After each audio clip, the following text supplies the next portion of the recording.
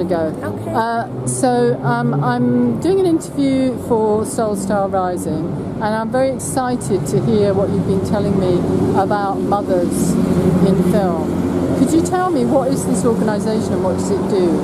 Well, we're not an organization necessarily. We're more of just a group of moms. We're called The Pile, and we have been supporting each other for years because first it starts off with, how do you balance everything as a mother in general? Or how do I handle postpartum depression? Or, hey, my job is discriminating against me because I need to pump.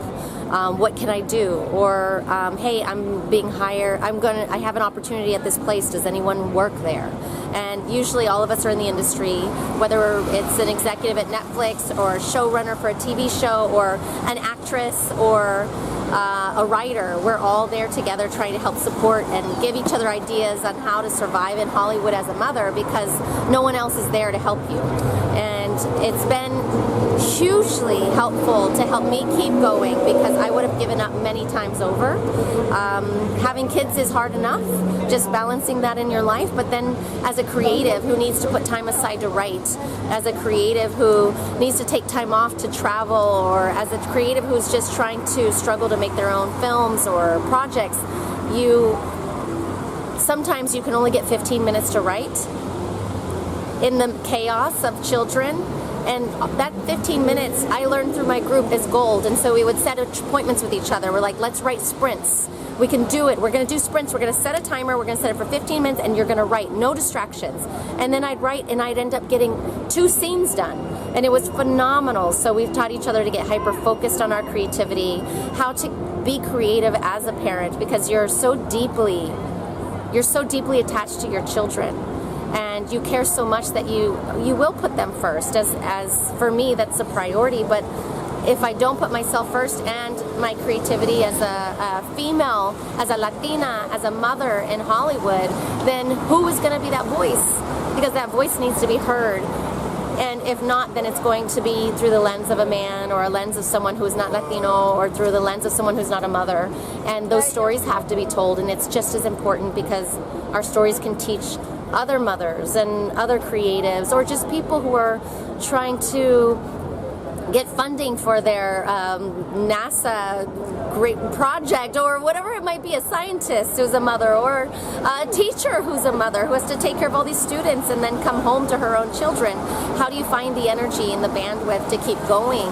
And it takes a community.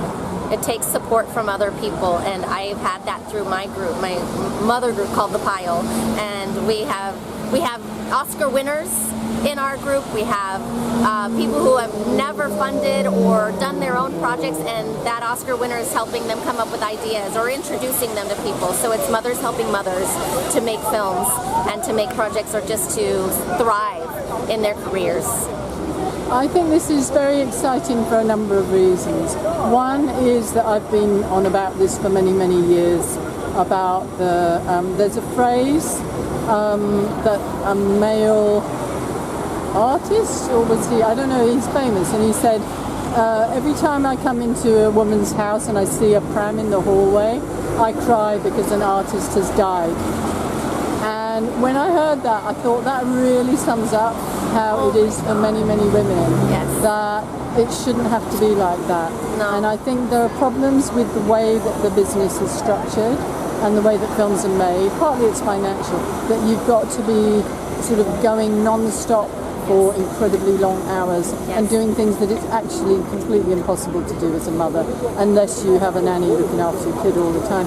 So I think it's not just that industry, but I'm very excited. And the other reason I'm excited is because it sounds like you're doing grassroots.